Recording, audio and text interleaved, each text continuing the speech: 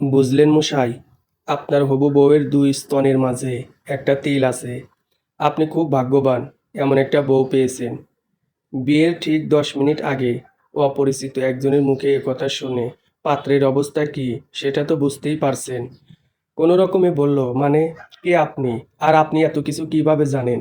জানি জানি, আরও অনেক কিছুই জানি, সেসব পরে বলবো। তবে মেয়ে খুবই ভালো, দেখতে শুনতে সব দিক দিয়ে মাশাল্লাহ। বিয়ে করলে সুখী হবেন। আচ্ছা, আপনি বসুন, আমি একটু আসছি। পাত্র উঠে যেতেই রামিম মুচকি হেসে নিজের গন্তব্যে পা বাড়ায়। এরপর কি হবে সেটা কারো অজানা নয়। আগের 4বারের মতো এবারও তিন্নির বিয়েটা ভেঙে যায়।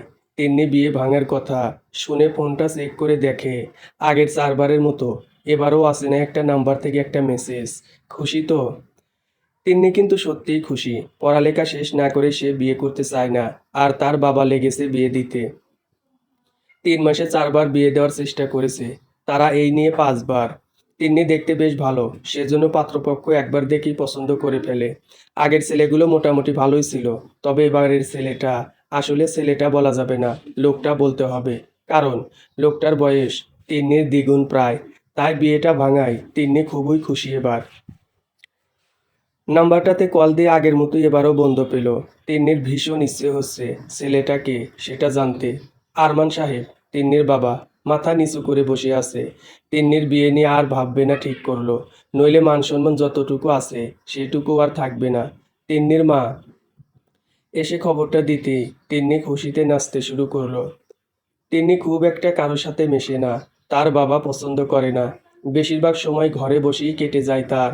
বন্ধুবান্ধব তেমন নেই, আর বাকি মেয়েদের মতো ঘোরাঘুরি তার হয় না বলতে গেলে। ঘরবন্দি। বাবার কোনো কথাতেই সে না করে না, তাই বিয়েতেও রাজি হয়ে যায়। তবে এখন কে চিন্তামুক্ত, কারণ সে জানে তারপর বিয়ে ঠিক হলেও সেটা বিয়ে পর্যন্ত গড়াবে না, তার আগেই লুকিয়ে থেকে কেউ বিয়েটা ভেঙে দেবে।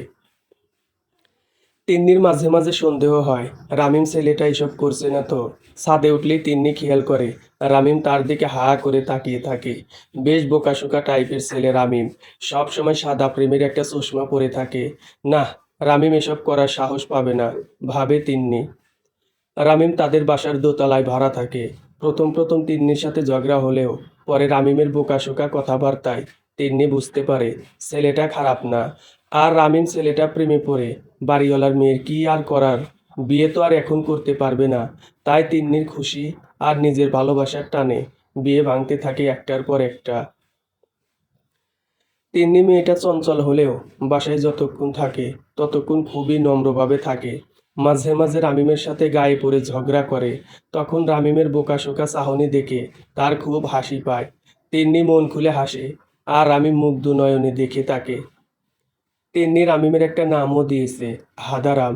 তিন্নির সাথে রামিমের মেলামেশাটা বাসার সবাই সাধারণভাবেই নেয়, কারণ রামিম ছেলেটার কোনো খারাপ অভ্যাস বা খারাপ কিছু আজও খুঁজে পায়নি কেউ। তবে তিন্নি রামিমের একটা সিক্রেট জানে, ছেলেটা মাঝে মাঝে সিগারেট খায়, যখন তার অঙ্ক না মেলে তখন। 2 দিন পর তিন্নির ফোনে একটা মেসেজ আসে আগের নাম্বারটা থেকে। সুভাষিনী, একটা ছোট্ট অনুরোধ রাখবেন, দরজাটা খুলে আমাকে উদ্ধার করুন। অদ্ভুত এক মেসেজ, রিপ্লাই দিতে গিয়েও দেয় না তিন্নি, তবে দরজাটা ঠিকই খোলে। এত ভোরে কেউ জেগে থাকে না, সকাল 6টা বাজে। তখন দরজার সামনে একটা গিফট বক্স পায় তিন্নি। তড়িঘড়ি করে নাম্বারটাতে কল দেয় তিন্নি। নাম্বারটা আবারও বন্ধ। বক্সটা নিয়ে ঝটপট রুমে ঢুকে যায় তিন্নি। উত্তেজনায় হাত কাঁপতে থাকে তিন্নির। বক্সটা খুলে প্রথমেই একটা চিরকুট পায়। খুশি তো? তিন্নি ভাবতে থাকে, কে এই ছেলেটা, যার আমার খুশি নেই এত ভাবনা। একবার খুঁজে পেলে ইচ্ছে মতো বকবো তাকে। সামনে আসতে কি হয়। এবার আরো অবাক হয় ভিতরে কাচের চুড়ি দেখে, এক একটাই এক এক রঙের। তিন্নির এটা বেশ পছন্দ হয়। তার ইচ্ছে ছিল সব রঙের চুড়ি একসাথে করে পরবে। নিজের অজান্তেই ঠোঁটের কোণে মুচকি হাসির আভাস পায় তিন্নি। ভালোবেসে ফেলেছে কি ছেলেটিকে। তিন্নি এটা বুঝতে পারে ছেলেটা তার আশেপাশেই আছে, এলাকারই কেউ হবে হয়তো। তবে যেই হোক না কেন, তাকে যে করেই হোক ধরতে হবেই। এরপর কেটে যায় কিছুদিন, কোনো খোঁজ নেই ছেলেটার। না আসছে মেসেজ, না অন্য কিছু। তিন্নি কিছুটা চিন্তিত এটা নিয়ে। তার কিছুদিন পর হঠাৎ আরেকটা গিফট আসে তিন্নির কাছে। গিফট বক্সটা খুলে তিন্নি অবাক হয়ে যায়। তার পছন্দের পাইল, যেটা সে টাকার জন্য কিনতে পারেনি, সেটা। তিন্নি অবাক হওয়ার মাত্রা ছাড়িয়ে যায়, কারণ সেদিন সে একাই গিয়েছিল। তাই এটা আর তো কারো জানার কথা না। তবে কি দোকানদার গিফটটা পাঠিয়েছে নাকি? না, কি ভাবছে? এসব দোকানদার তো বৃদ্ধ, সে কেন পাঠাতে যাবে? তিন্নির নিজেকে এবার বোকা মনে হয়। বক্সটা আরো ভালো করে দেখে আরো দুইটা চিরকুট পেল। একটাতে আগের বারের মতো লেখা, খুশি তো? আরেকটাতে লেখা, আমাকে খুঁজে লাভ নেই প্রিয়, সময় হলে আমি নিজে থেকেই সামনে চলে আসব। তিন্নির রাগ হচ্ছে প্রচুর, তবে কিছু করার নেই। আড়াল থেকে যে এই কাজগুলো করছে, তাকে সামনে না পেলে কোনো কিছু করার উপায় নেই। ওদিকে রামিম ছেলেটা জানাতে পারছে না তিন্নিকে, কারণ চাকরিটা এখনো হয়নি। রামিম জানে রিলেশনে গেলেই তাদের বিয়েটা আর হবে না। এর চাইতে চাকরিটা হোক, সরাসরি বিয়ের প্রপোজাল দেব, হয়তো রাজি হয়ে যাবে। রামিমের চিন্তা ভাবনা অনুযায়ী সে কাজ করছে। ইদানিং তিন্নি বেশি বেশি ছাদে আসছে, সন্দেহ করছে নাকি রামিমকে। রামিম ছাদে উঠে বই নিয়ে ঘাটাঘাটি করছিল। বিকেলবেলা হঠাৎ তিন্নি ছাদে আসে। এই, আপনি এমন কেন, বলেন তো? রামিম তিন্নির কথায় কিছুটা ঘাবড়ে যায়। কে, কেমন? এই যে হাদারাম গাধার সর্দার, এভাবে কেউ পড়ে? বিকেলবেলা কোথায় প্রকৃতি উপভোগ করবে, তা না উনি আছেন বইয়ের ভিতর ডুবে। আসলে সামনে পরীক্ষা তো, লাস্ট সেমিস্টার, এটাই, তাই একটু পড়ার চাপ বেশি। ধরু রাখেন আপনার চাপ, আমাকে এই পেয়ারাটা পেরে দেন। কিন্তু ওটা তো অনেক উপরে, আমাকে উঁচু করে ধরুন, আমি পারছি। আপনি যেই মোটা, আমি আপনাকে উঁচু করতে পারবো না, পরে দুজনেরই কোমর ভাঙবে। ই কি বললি তুই? আমি মোটা? তুই মোটা, তোর 14 গোষ্ঠী মোটা। রাগে গলা টিপে ধরে তিন্নি। দম বন্ধ হয়ে আসে রামিমের। রামিম মনে মনে ভাবে, এই মেয়েটাকে বিয়ে করলে এভাবেই সারা জীবন চাপ খেতে হবে, মানে গলা চেপে ধরবে আর কি। আসলে তিন্নি একটু নাদুস নুদুস, মোটা না। বাঙালি মেয়েরা যতটুকু হলে পারফেক্ট থাকে, ঠিক ততটাই। রামিমের সবচেয়ে বেশি পছন্দ তিন্নির চুল, কোমর ছাড়িয়ে যাওয়া ঘন চুলগুলো ছেড়ে দিয়ে যখন তিন্নি ছাদে আসে, রামিমের ইচ্ছে হয় তার চুলে মুখ লুকিয়ে বসে থাকার। দুদিন পর তিন্নির ফোনে একটা মেসেজ আসে, ছেলেটার সাথে এত মেলামেশা করবেন না, খারাপ লাগে। তিন্নু কিছুটা অবাক হলেও রামিমের উপর থেকে সন্দেহ কেটে যায়। রামিমও সন্দেহের তালিকা থেকে মুক্তি পেয়ে খুশি। তিন্নির কাজটা এবার শক্ত হয়ে পড়ে। রামিম না হলে কে হতে পারে? কে আড়াল থেকে তার উপর অধিকার খাটানোর চেষ্টা করছে? তিন্নি উত্তেজনায় কেমন যেন হয়ে যাচ্ছে। ইদানিং কিছু ভালো লাগে না তার। মন শুধু সেই আড়ালে থাকা ছেলেটার কথাই ভাবে। রামিম ভাবে, বলে কি দেব, না থাক, সময় হোক। সে হারাতে চায় না তিন্নিকে। আর তো মাত্র কয়টা মাস, তারপর চাকরিটা হয়ে গেলেই তিন্নিকে বিয়ে করে নেবে। মেয়েটাকে কেন জানি প্রচুর ভালোবাসতে ইচ্ছে করে রামিমের। এত কাছে থেকেও দূরে থাকার কষ্ট সেই বোঝে। তিন্নির কষ্টটা অনুভব করতে পারে রামিম। তবে একদিন বিয়ে করে হুট করে তিন্নিকে চমকে দেবে রামিম। ভাবনাটা এমনই। তিন্নিরও সামনে পরীক্ষা, তবে পড়ায় মন বসছে না তার। যাই করতে যাক না কেন, সেখানেই আড়ালে থাকা ছেলেটার কথা মাথায় ঘোরে। যতদিন না ছেলেটাকে সামনে পাবে, ততদিন ভাবনা কমবে না। দেখা হলে কি হবে, কি বলবে, কি করবে, এসব ভেবে দিন কাটে তিন্নির। ছেলেটাকে ভালোবেসে ফেলে তিন্নি। কেটে যায় আরো কিছুদিন, কয়েক মাস। তিন্নির অনেকগুলো বিয়ের প্রস্তাব এসেছে, তবে সবগুলোই মানা করে দিয়েছে তিন্নির বাবা। তিন্নির অমতে বিয়ে দেবে না সে। যা হওয়ার হয়ে গেছে, আর বাকিটা খোয়ানোর ইচ্ছা নাই তিন্নির বাবার। তিন্নির অপেক্ষার প্রহর যেন শেষ হতে চলেছে। তার ফোনে একটা মেসেজ আসে আজ, আপনি চাইলে সামনে আসবো, খুব তাড়াতাড়ি। উত্তরটা ফোনে নয়, ঘড়িতে লিখে উড়িয়ে দিয়েন, আমি বুঝে নেব। এই যে হাদারাম, আপনি ঘুড়ি বানাতে পারেন? হ্যাঁ পারি। কেন? আমাকে একটা বানিয়ে দিবেন প্লিজ। না, আপনাকে দেব না, আপনি খুব বাজে। কেন? আমি কি করলাম? আমাকে সব সময় হাদারাম বলেন, আমি কি বোকা নাকি? আচ্ছা সরি, আর কখনো বলবো না। এবার তো বানিয়ে দিন। না, ওসব সরি টরিতে আমি বিশ্বাসী না। কাজ শেষ হয়ে গেলে আবারও বলবেন, আমি জানি। না, আর বলবো না। তো হঠাৎ ঘুড়ি উড়াতে কেন মন চাইলো আপনার? উড়াবো না তো? তাহলে? মানে এমনি ইচ্ছে হলো। ছাদে তো রোদ প্রচুর। আপনি আঠা, রঙিন কাগজ, শলা আর সুতো নিয়ে আমার রুমে আসেন। সবই আছে, কিন্তু রঙিন কাগজ নেই। আপনি প্লিজ একটু বাজার থেকে নিয়ে আসবেন। মানে আমি কেন? আপনি যান প্লিজ। আমি মেয়ে মানুষ, বোঝেনই তো। বাজারে যাওয়া কেমন একটা হয়ে যায় না? বাজারে গেলে তো ঘড়ি কিনে পাওয়া যায়। টাকা দেন, কাগজের বদলে ঘড়ি কিনে আনি। না, আপনি বানাবেন, আমি দেখব। বাজার থেকে ফেরার সময় রামিম মনে মনে বলে, আমি বললাম বানাতে, আর সে আমাকে দিয়েই বানিয়ে নিচ্ছে। যাই হোক, সে তো চায় আমি তার সামনে আসি। আচ্ছা, সে কি মেনে নেবে আমাকে, নাকি মানবে না? এসব ভাবতে ভাবতে রামিম বাসায় চলে আসে। রুমে ঢুকে নিজের রুমকে কেন অপরিচিত লাগছে রামিমের। সবকিছু এত সুন্দর করে কে গুছালো? পেতনিটা নাকি? রামিম মনে মনে খুশি হলেও রাগ দেখিয়ে বলল, আমার জিনিসপত্রে হাত কে দিয়েছে? আমি। কেন? আপনি জানেন না, পারমিশন ছাড়া কারো জিনিসে হাত দিতে হয় না। পরে আসছে আমার পারমিশনওয়ালা। আপনি কাগজ কিনে আনলেন কষ্ট করে, তাই আমি ভাবলাম গাধাটা রুমটা একটু গুছিয়ে দিই। কথাটা বলেই জিভে কামড় দেয় তিন্নি। সরি, আর বলবো না। ভুলে বলে ফেলেছি। আপনি চেঞ্জ হবেন না কোনো দিনও। আর বলবো না। প্লিজ ঘড়িটা বানিয়ে দিন। কাগজ যেহেতু আনছি, বানাতে তো হবেই। থ্যাঙ্কস।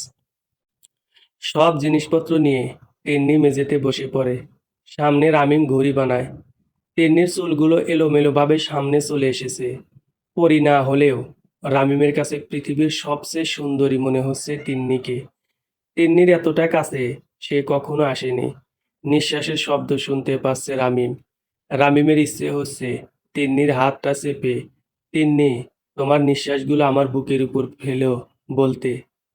কিন্তু বলা তো যাবে না, সেই সুযোগ তো নেই। ওদিকে তিন্নি ভাবছে, আমি যখন ঘুড়িটা উড়াবো, সে কিভাবে জানবে? সে কি তবে আমার খুব কাছে আসবে? আমার আশেপাশেই? তাকে কি দেখতে পাবো আমি? দেখলেও তো চিনব না। যাই হোক, সে বলেছে খুব তাড়াতাড়ি সামনে আসবে। অপেক্ষায় না হয় করি। যেদিন সামনে পাবো, কষে একটা চড় মারবো তার গালে। এসব ভাবতে ভাবতে তিন্নি হঠাৎ হেসে ওঠে। রামিম তাকিয়ে দেখে তিন্নি হাসছে। তিন্নির মুচকি হাসি এই প্রথমবার দেখলো সে। রামিমের পৃথিবী থেমে যায় তিন্নি হাসলে। রামিম প্রায়ই ভাবে, এই মেয়েটাকে আমি যেদিন ছুঁয়ে দেখব, যেদিন তার নিঃশ্বাসগুলো আমার বুকের উপর পড়বে, সেদিন কি আমি মারা যাব? আমার তো এখনই দম বন্ধ হয়ে আসছে। তখন কি হবে? তিন্নি। হ্যাঁ, বলুন। এক গ্লাস পানি খাওয়াবেন? গলাটা শুকিয়ে গেছে। তিন্নি দৌড়ে নিচে চলে যায়। ফ্রিজ থেকে ঠান্ডা পানি নিয়ে আসে রামিমের জন্য। যদিও শীতকাল, তারপরও রামিম খেয়ে নেয়। ঘোরটা কাটেনি এখনো। তিন্নিকে তার নেশার মতো মনে হচ্ছে আজ। তিন্নি ঘুড়িটা নিয়ে তার রুমে চলে যায়। রামিম সেখানেই বসে থাকে। বেশি দিন থাকতে পারবে না সে তিন্নিকে ছাড়া। খুব তাড়াতাড়ি চাকরিটা পেতে হবে। বিকেলে তিন্নি ঘুড়িটা নিয়ে ছাদে আসে। দুজনে মিলে ঘুড়ি উড়ায়। পরের দিন সকালে তিন্নির কাছে আরেকটা গিফট বক্স আসে। তিন্নি বক্সটা খুলে দেখে এক পাতা টিপ আর একটা চিরকুট। খুশি হলাম আপনি দেখা করবেন বলে। খুব শীঘ্রই দেখা হচ্ছে। তিন্নির যেন আর তর সইছে না। এখনই চলে যেতে ইচ্ছে করছে ছেলেটার কাছে। কিন্তু কোথায় পাবে তাকে?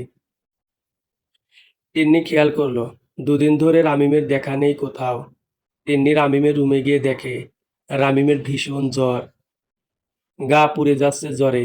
জ্বরের ঘোরে শুধু তার মাকে ডাকছে রামিম। তিন্নি ডাক্তার ডাকে। ডাক্তার এসে মেডিসিন দিয়ে যায়। আর তিন্নিকে বলে কাউকে রামিমের সাথে থাকতে। রামিম ছেলেটা এই পরিবারেরই একজন হয়ে গেছে। তাই তিন্নি তার সাথে থাকবে বলায় কেউ আপত্তি করেনি।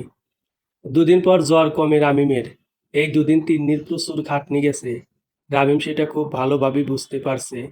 এক সেকেন্ডের জন্যও তার থেকে দূরে যায়নি। তিন্নিও জানে না কিসের টান। কি যেন একটা মায়া কাজ করছিল রামিমের উপর। রামিম ভাবে, এবারে আর দেরি করা যাবে না। এই মেয়েটাকে এবার নিজের করে নেওয়ার সময় হয়েছে। মোটামুটি ভালো একটা জব হয়ে গেছে। আম্মুকেও জানিয়ে দিয়েছে রামিম, বাসায় আম্মু ছাড়া আর কেউ নেই তার, তাই আম্মুকেও একা রাখা যাবে না। বয়স হচ্ছে, একটা সঙ্গী দরকার। এসব ভেবেই এত তাড়াতাড়ি বিয়ের ডিসিশন, নইলে তো আরো কিছুদিন যেত। দুদিন পর তিন্নির কাছে আরেকটা গিফট আসে। গিফটটা খুলে দেখে একটা কানের দুল আর একটা চিরকুট। এক কানের দুল দেখে তিন্নির কিছুটা মন খারাপ। দুলটা ভীষণ পছন্দ হয়েছে, কিন্তু একটা আছে, আরেকটা নাই। চিরকুটটা পরে দেখে তিন্নি, একটা দুল পেয়ে কি মন খারাপ নাকি? রাগ হচ্ছে। আরেকটা দেব, যেদিন দেখা হবে সেদিন। তাহলে দেখা হচ্ছে খুব তাড়াতাড়ি। হুট করে আপনার সামনে চলে আসব। আমাকে খুঁজতে হবে না, আমি আপনাকে খুঁজে নেব। যদি ভালোবাসার প্রস্তাবে উত্তরটা হ্যাঁ হয়, ভালোবাসবেন কি এই অধমকে? উত্তরটা দিয়েন। পরন্ত বিকেলে ছাদে দাঁড়িয়ে একবার মুচকি হেসে আমি উত্তর খুঁজে নেব। তিন্নি এবার একটু ঘাবড়ে যায়। চিনি না, জানি না, দেখিনি কোনোদিন। উত্তরটা কি দেব? যে এসব করতে পারে সে আর যাই হোক খারাপ মানুষ হবে না। বিকেলে ছাদে গিয়ে আড়ালে থাকা ছেলেটার ইচ্ছা পূরণ করে তিন্নি। পরের দিন তিন্নির বাসায় বিয়ের প্রস্তাব দেয় রামিমের আম্মু। রামিম ছেলে ভালো, আর জবও করছে, তাই তিন্নির বাবার দ্বিমত হয় না। আবারও বিয়ে ঠিক হলো তিন্নির। তিন্নি কিছুটা অবাক। রামিমের সাথে বিয়ে ঠিক হয়, তবে সমস্যা নেই, বিয়েটা হচ্ছে না। আগের মতো এবারও কেউ বিয়েটা ভেঙে দেবে, তাই নিশ্চিন্ত তিন্নি। তিন্নি বাবার কথা কখনো অমান্য করেনি, তাই গত 5বারের মতো আবারও বাবার টাকা খরচ করে শপিং করছে সে। ভালোই লাগে তিন্নির, কত শপিং, কিন্তু বিয়েটা হয় না। ফ্রিতে বিনোদন আর শপিং দুইটাই হয়ে যায়। কিন্তু এবার যেন সব অন্যভাবে চলছে। কেউ যেন সবকিছু ইশারায় চালাচ্ছে। তিন্নির ফোনে মেসেজ আসে, 10 তারিখ দেখা হচ্ছে। তিন্নি তাড়াহুড়ো করে রিপ্লাই দেয়, সেদিন তো আমার বিয়ে। কল দেয় তিন্নি, কিন্তু নাম্বারটা বন্ধ। এবার টেনশন ঘিরে ধরে তিন্নিকে। তিন্নির বাবা আজ রামিমের আশেপাশেই ঘুরঘুর করতেছে। এই বিয়েটা ভাঙতে দেওয়া যাবে না। তিন্নিও বারবার আশেপাশে তাকাচ্ছে, কাকে যেন খুঁজছে। রামিম হাসে আর ভাবে, আজ আর বিয়ে ভাঙবে না শ্বশুরমশাই, কারণ প্রতিবার বিয়ে ভাঙ্গা ছেলেটাই আজ বিয়ে করতে বসেছে। তিন্নির মুড সারাদিন ভালো থাকলেও এবার সময় এসেছে কবুল বলার। না, বিয়েটা ভাঙেনি। কোথায় গেল তিন্নির আড়ালে থাকা লোকটা? সে বলেছিল আসবে আজ, দেখা হবে। তবে কি সে আসেনি? তিন্নি কাঁদতে থাকে। শুধু রামিম বোঝে তিন্নির কান্নার আসল কারণ। বাকিরা ভাবে বাবাকে ছেড়ে যাচ্ছে, তাই কাঁদছে তিন্নি। বিয়েটা এবার হয়েই যায়। রামিম তৃপ্তিকর হাসি দেয়। ভালোবাসাটা আজ সফল। অবশেষে পেল তাকে নিজের করে। শুক্রিয়া জানায় আল্লাহর কাছে। 12টা বাজতে 2 মিনিট বাকি। বাসর ঘরে ঢোকে রামিম। ঘরে ঢুকতেই তিন্নি বলে, দেখুন, আমি আপনাকে স্বামী হিসাবে মেনে নিতে পারবো না। কি? মানে কেন? তাহলে বিয়ে কেন করলেন? রামিম, প্লিজ, আপনি আমার কাছে আসবেন না। আমি অন্য কাউকে ভালোবাসি। কাকে? জানি না, কিন্তু ভালোবাসি। তাহলে আমাকে কেন বিয়ে করলেন? আগে বললেই পারতেন, আমি মানা করে দিতাম। এখন এসব বলার কি মানে? আমি ভাবছিলাম সে এবারও বিয়েটা ভেঙে দেবে, কিন্তু আজ সে আসেনি। এখন তো আপনি আমার বউ, তাই না? তাহলে তাকে ভুলে যান, প্লিজ। আমার বাসর রাত নিয়ে অনেক স্বপ্ন, কত কি করব ভাবছিলাম। ওই, আপনি চুপ করবেন? যান সোফায় গিয়ে ঘুমান। ধমক খেয়ে রামিম চুপচাপ সোফায় শুয়ে পড়ে আর ভাবে, হায় রে রামিম, বাসরাতে বউয়ের কাছে ঝাড়ি খাস, কপাল তোরই ভাই। রামিম ভাবে, এবার কি বলে দেব? না থাক, কাল বলবো। আবার ভাবে, না, বলেই দিই, বাসুরাত বলে কথা। এতদিনের অপেক্ষার পর আজ আর দূরে থাকতে ইচ্ছে হচ্ছে না রামিমের। আচ্ছা তিন্নি, আপনি যে ছেলেটাকে ভালোবাসেন তার নাম কি? জানি না। কেন? না জেনে কিভাবে ভালোবাসলেন? সে বাধ্য করেছে ভালোবাসতে। কিভাবে? অনেক কাহিনী। তবে আড়ালে থেকে লোকটা আমার অনেক উপকার করছে। কিন্তু এবারের বিয়েটা যে কেন ভাঙতে পারেনি সেটাই ভাবতেছি। তার মানে ওই ছেলেটাই আপনার আগের 5টা বিয়ে ভেঙেছে? হ্যাঁ। আপনি তাকে দেখেনওনি? না। যদি বলি আমি সেই আড়ালে থাকা ছেলেটা, তবে? হ্যাঁ হ্যাঁ, ও আপনার মতো হাদারাম না। রামিম হঠাৎ পকেট থেকে কানের দুলটা বের করে তিন্নির হাতে দিয়ে বলে, দেখেন তো চেনেন কিনা। তিন্নি অবাক হয়ে দেখে, এটা তো সেই দুলটা।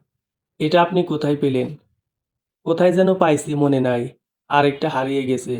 শুনলাম ওইটা নাকি আপনার কাছে। এবারে রামিমকে অবাক করে দিয়ে তিন্নি বলে, আমার বুকের তিলটা আপনি কিভাবে দেখলেন? মানে, আপনি সব জানেন কিভাবে? তিন্নি তার ব্যাগ থেকে একটা ডায়েরি বের করে রামিমের হাতে দেয়। রামিমের বুঝতে বাকি নেই, এটা তারই ডায়েরি। আপনি এটা কোথায় পেলেন? আপনার রুম গোছানোর দিন হঠাৎ নজর গিয়েছিল ওটার উপর। তারপর পরে সবটা জানতে পারলাম। তো জানেনই যখন, বলেননি কেন? আমি আরো কত কি করলাম। আপনি যখন এত অভিনয় করতে পারছেন, কিছুটা আমি করলে দোষ কি? ডায়েরি দেন। আমার দুল দেন। দিব। আগে ডায়েরি। না, আগে দুল। রামিম লাইটটা নিভিয়ে দেয়। এ কি, লাইট কেন অফ করলেন? দুল নেবেন না? হ্যাঁ, নেব তো। কিন্তু লাইট কেন বন্ধ করবেন? ফ্রিতে কেউ কিছু দেয় নাকি? আমার পাওনা আমি মিটিয়ে নিচ্ছি। সকালে দুলটা নিয়েন। রামিম, কাছে আসবেন না। রামিম আরেকটু কাছে যায়। আসবেন না বলছি, কিন্তু। রামিম আরও কাছে যায়। রামিম, ভালো হবে না বলে দিচ্ছি। রামিম আরও কাছে যায়। রামিম। হঠাৎ সবকিছু নীরব। রাত গভীর হয়েছে। মেঘ এসে আকাশটা কালো করে রেখেছে। কখন যে বৃষ্টি নামে। মেঘের আড়ালে চাঁদ ঢেকে গেছে। শুধুই কি মেঘ আড়াল করেছে? আড়াল করেছে লজ্জা। রামিম তিন্নির আজ ফুলশয্যা। সমাপ্ত।